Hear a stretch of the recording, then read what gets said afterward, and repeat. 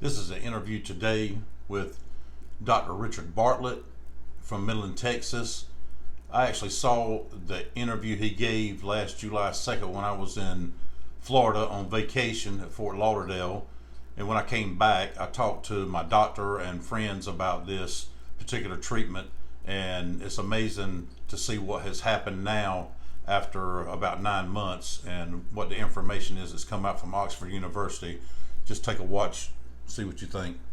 Dr. Richard Bartlett in Midland, Texas. He was here. In fact, I remember the date. I'm pretty sure July 2nd. July 2nd last year, where he was kind of springing the news on America that he had discovered through the practice of medicine in Midland, Texas, where he lives, that he had discovered the use of a widely available, inexpensive asthma drug, Budesonide, when inhaled, was a fabulous treatment for people struggling to breathe who had COVID. So this was a big day when he was here, and we talked a lot about what he discovered. And so now here we are. We're actually coming up on, like I said, I can't do math in my head. 9 months later, 8 months, whatever the number of months is, and a lot's happened since then. So I want to talk with him about kind of these mask mandates, where they've gotten us, and what we should be doing now. So without further ado, Dr. Bartlett, hello. Debbie, thank you for inviting me back today. We've got breaking news that we're going to share today. You know, almost 9 months ago, we were sharing breaking news then that would have been altered our experience as Americans and worldwide with COVID. Breaking news today is what we're going to share that people may not see on the TV, in magazines, or in mainstream newspapers. And so I'm excited to tell good news. Last time I'm in favor of good news. Last time we were here in July, we said we're not helpless or hopeless. That was my message. And that we have some valuable tools already as physicians that are intuitive, that are readily available at every pharmacy, that are inexpensive and safe. And I would have thought that everybody would be excited about that. Yeah. But it's been an interesting experience ever since we broke that news. You know, when we did that, that interview went viral, almost 5 million views before YouTube deleted it. Yeah. And called it dangerous. Right. But today we have great news that we're going to share, that Oxford University, which is the oldest university in the English-speaking world, with 72 Nobel Prize laureates from 1096, did a randomized controlled trial, which is the top shelf, creme de la creme evidence, scientific medical evidence, showing that inhaled budesonide can prevent hospitalizations by 90% for COVID patients. I want to jump in and say, I sent Matt, I sent you, I think, late in the day, this is the headline, right? Yes, that's one of the many headlines that is on social media, but it's still not going to make it in mainstream media so far. So we got some big news. We're going to talk about that. We're going to empower the patients and the doctors. That's what we're here today to tell them, that we're not helpless or hopeless. We've had something that is an answer to end this pandemic. And so 90% effective.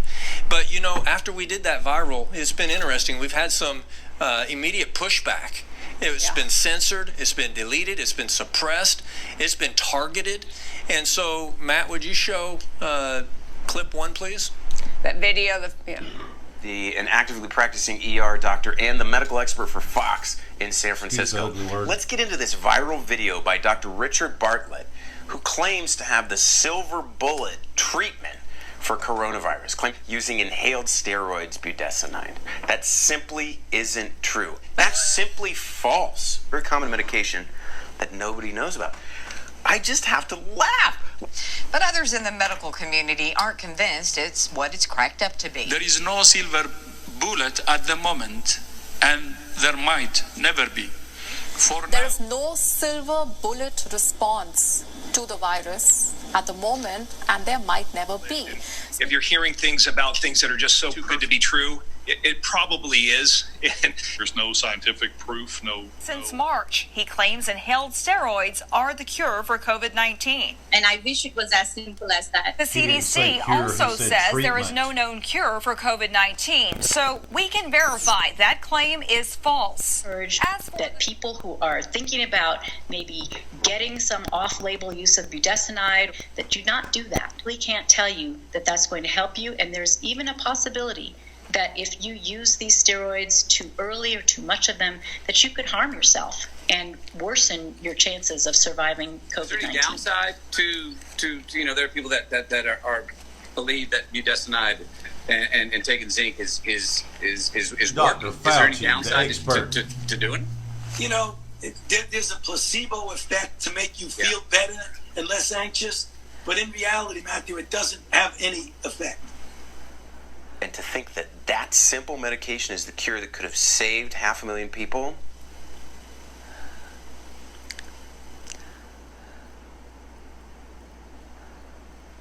Wow.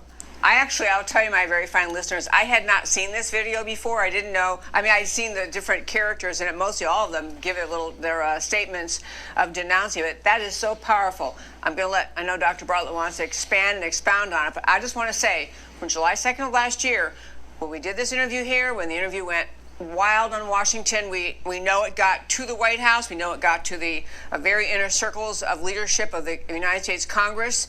People saw this, and one thing I hope we hit on among many today is how in the world could something be so denounced by so many alleged experts, and now we sit here today and Oxford has said, actually, you know what, about 90% of the cases could have been treated by this. Oxford University says 90% of COVID hospitalizations could have been avoided with early treatment with inhaled budesonide. Where are people dying with COVID? Are they dying in their kitchen? Are they dying behind a desk? Or are they dying in a hospital? We're at the last doctor made an interesting point. He said 500,000 deaths. We're at over 500,000 deaths in the United States from COVID. 90% of that, according to Oxford, 90% of that is 450,000. Could 450,000 deaths have been avoided with an early treatment with an inhaled steroid? Oxford says 90% of the hospitalizations could be avoided. Does that mean that they could have been saved? That's 450,000 American lives this last year. After we shared that message and it was mocked and ridiculed and we were attacked. Oh, yeah. And so where do we go from here?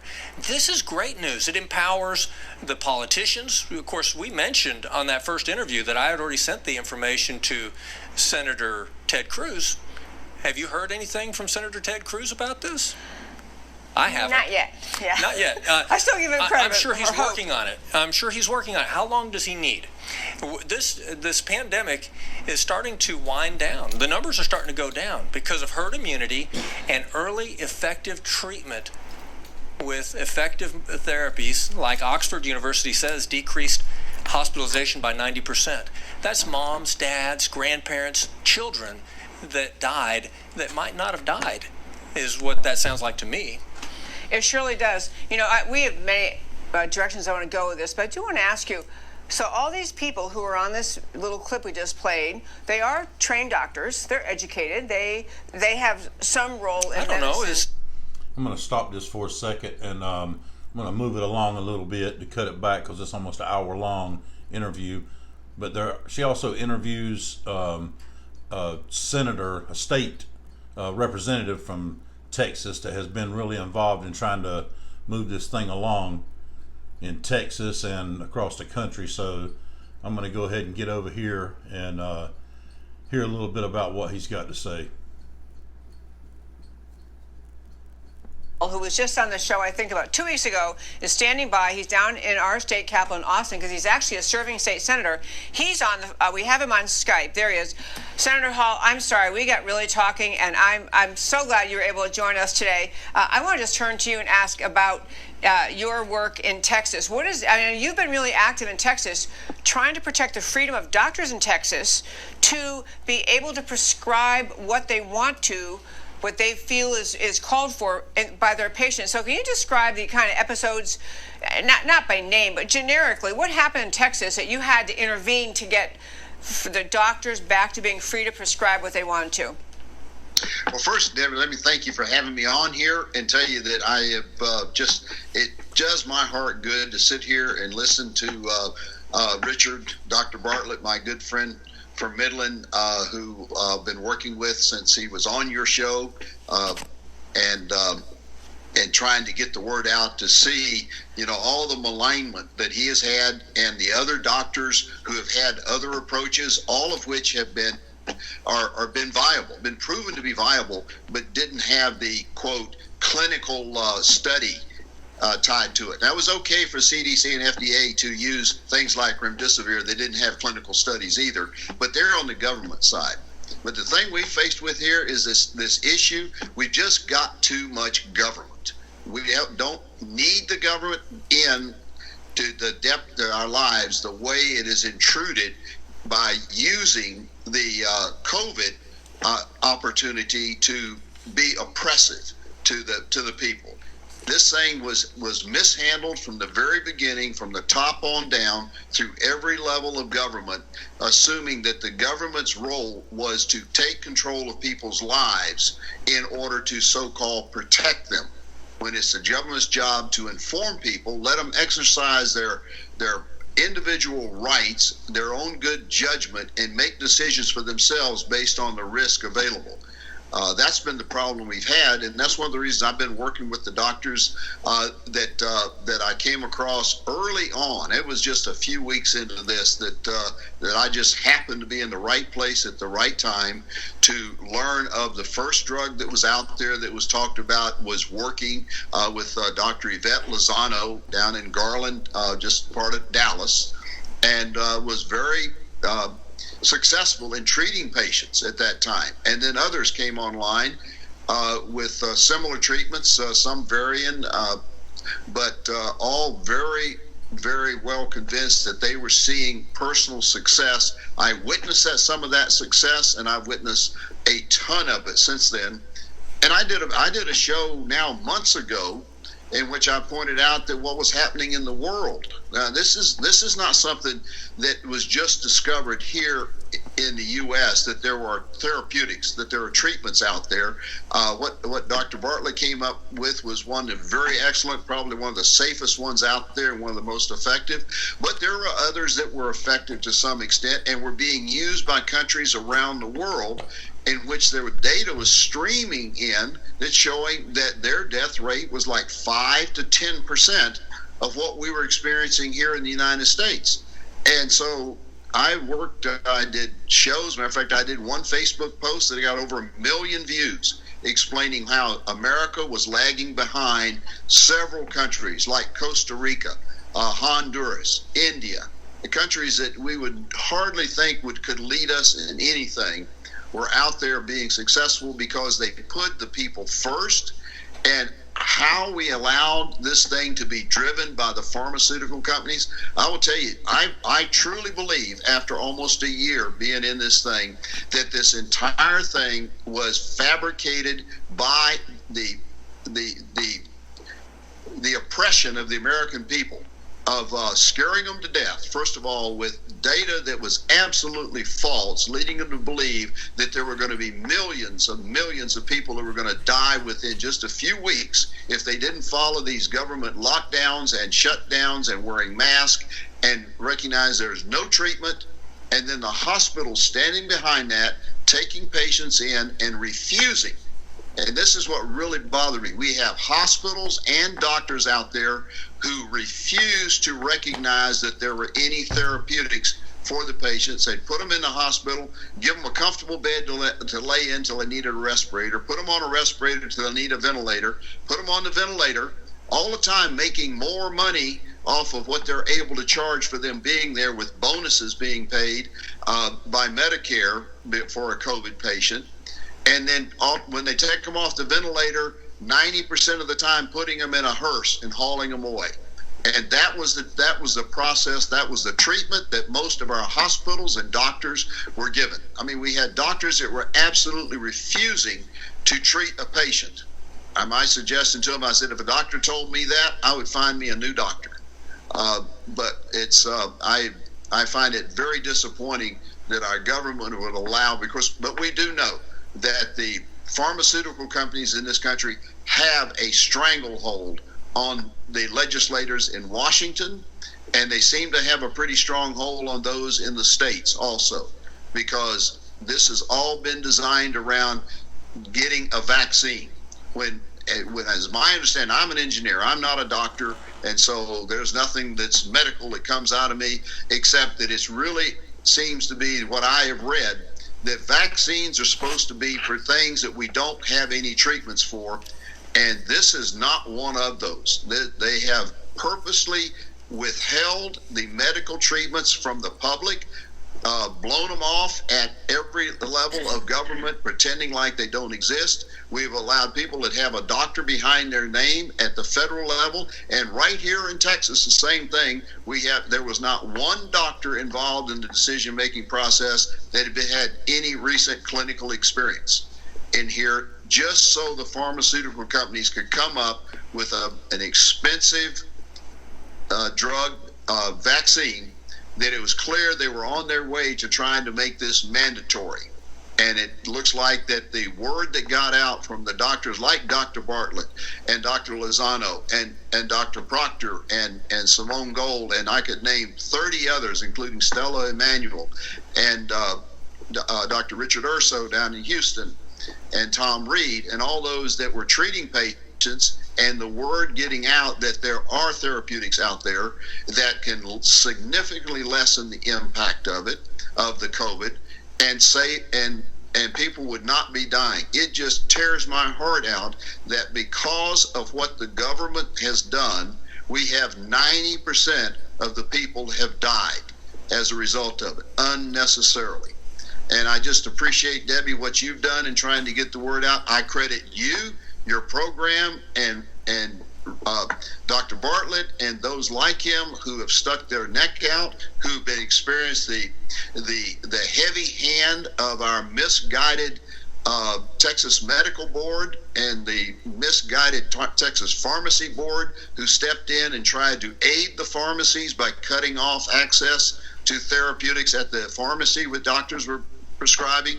And it's people like you, Debbie, and Dr. Bartlett, by standing up and speaking out about this, has managed to save as many people as they have. So that's my humble opinion. Now, I should have said more introducing you for our listeners. In addition to, this is Senator Bob Hall has been on the show many times. I was telling him before he came on today how, and all the big issues I'm worried about that keep me awake at night, he is the leader in the Texas legislature, or at least among the small handful of leaders. As a Texas state senator, he is rock solid, he is fearless, he keeps pushing, even when, and this is a good example, COVID, where the trendy thing to do is to say, well, I don't really know, I'm not a doctor, so I'm going to defer. Seems like Fauci has it under control. Instead of taking the initiative to read and learn yourself, talk to other doctors, take to heart what they're saying.